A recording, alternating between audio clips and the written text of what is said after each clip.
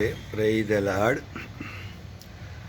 KG పంచదార బియ్యం 4 రూపాయలు 5 రూపాయలు ఉన్న సమయంలో మీరు చూసే ఫోటో మా షాపు మల్కాపురంలో ఇండస్ట్రియల్ కాలనీ రోజుకు 10,000 అమ్మేవాడిని. ఆ సమయంలో అక్కడ ఆ అబ్బాయి మల్కాపురంలో అప్పట్లో షాపులోకి రావటమే కాదు, వేలకు వేలు ఇచ్చి ఖరీదుకి పంపించేవాడిని. దురదృష్టం, డాక్యార్డ్ దగ్గర లారీ గుద్ది మొన్నే చనిపోయాడు. ఎందుకు ఈ మాటలు చెప్పానంటే, ఎంతో ఆసక్తిపరుడు. నేను ఎక్కడికి రమ్మంటే అక్కడికి, చర్చికి కూడా 2-3 సార్లు కుటుంబ సమేతంగా వచ్చారు అని మొన్నే వాళ్ళ అమ్మాయి వాళ్ళ అబ్బాయాలు గుర్తు చేశారు.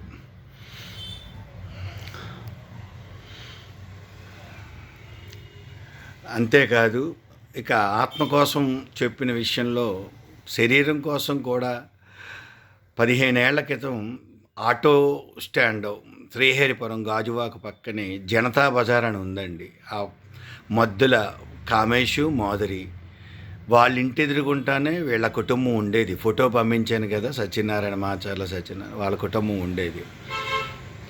అప్పట్లో సంవత్సరం కంటిన్యూ మా మా మా బావమరిది భార్య హెర్బల్ లైఫ్ న్యూట్రిషన్ వాడటం, నెక్స్ట్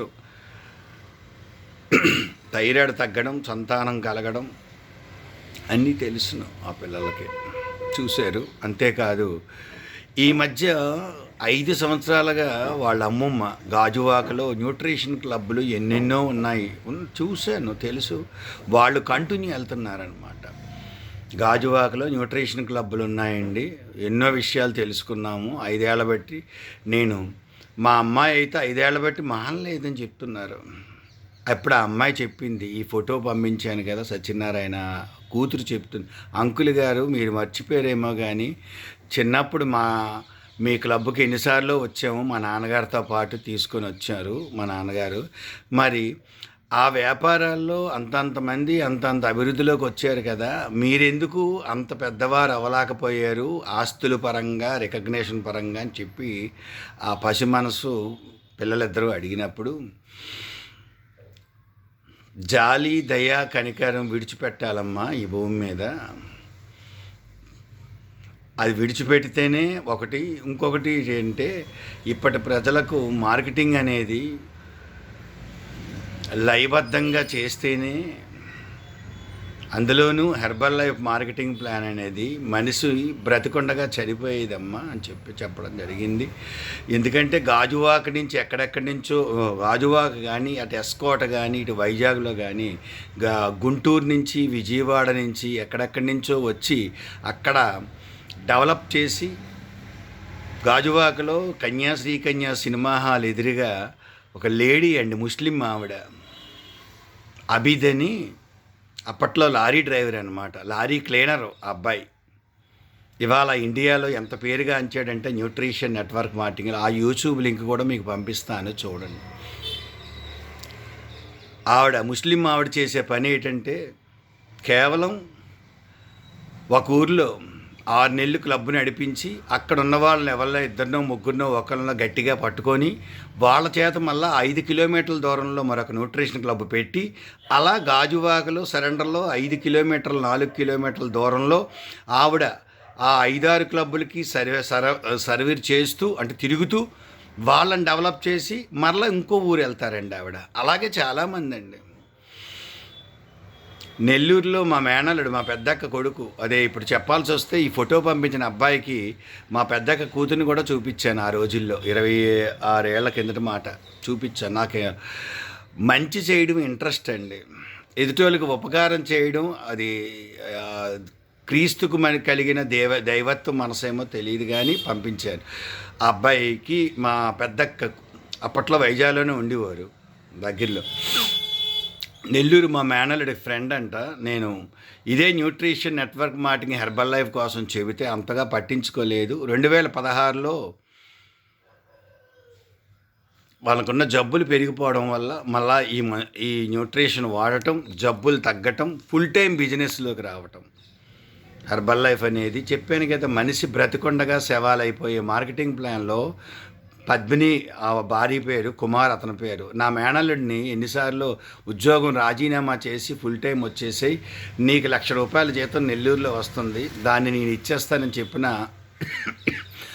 సాధారణంగా కోమట్లో అనేవాళ్ళు 99% దేన్ని నమ్మరండి. కారణం ఏంటంటే వాళ్ళ హృదయం అంతా పాపంతో నిండిపోయి ఉంటుంది కాబట్టి బయటికి నవ్వుతూ ప్రేమతో మాట్లాడినా సరే లోపల ఎక్కడో అపనమ్మకాలతోనే ఉంటారు కనుక నమ్మరండి. ఇవాళ 30-40 లక్షలు తీసుకుంటున్నాడు ఆ పద్మిని కుమార్ అనే వ్యక్తి. పిఎం పాలెంలో అతని ద్వారానే న్యూట్రిషన్ క్లబ్ పెట్టారు. పద్మిని కుమార్ ద్వారా ఆయన వైజాగ్ వస్తున్నాడు నెల్లూరు నుంచి. అంటే అనకాపల్లి వాసవి కన్యకా పరమేశ్వరి కోవులు పక్కన విజయ టీఎం పోరు మా లోవరాజు భార్య లక్ష్మక్క, వాళ్ళ కారు డ్రైవరు బాలాజీ బాబు వచ్చారండి, చూశారు, పలకరించారు కూడా. ఆ మీటింగ్లో కాసేపు కూర్చుంది కూడా లక్ష్మక్క.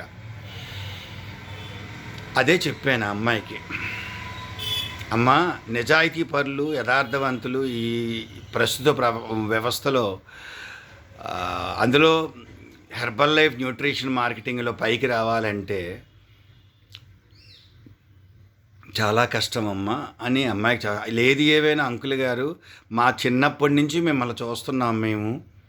మా నాన్న అసలు నేను పరామర్శకి వెళ్ళినప్పుడు ఈ ఫోటోలో కనిపిస్తున్న అబ్బాయి భార్య ఎప్పుడు మీకోసమే అనేవాడండి మా ఆయన. అంటే అవునమ్మా, తను ఎక్కువగా మా షాపులో ఉండడం, నాతో కలవడం చేసేవాడు, అందుకేనమ్మా నీ భర్తకి మాపై అంత ప్రేమ అని చెప్పడం జరిగింది.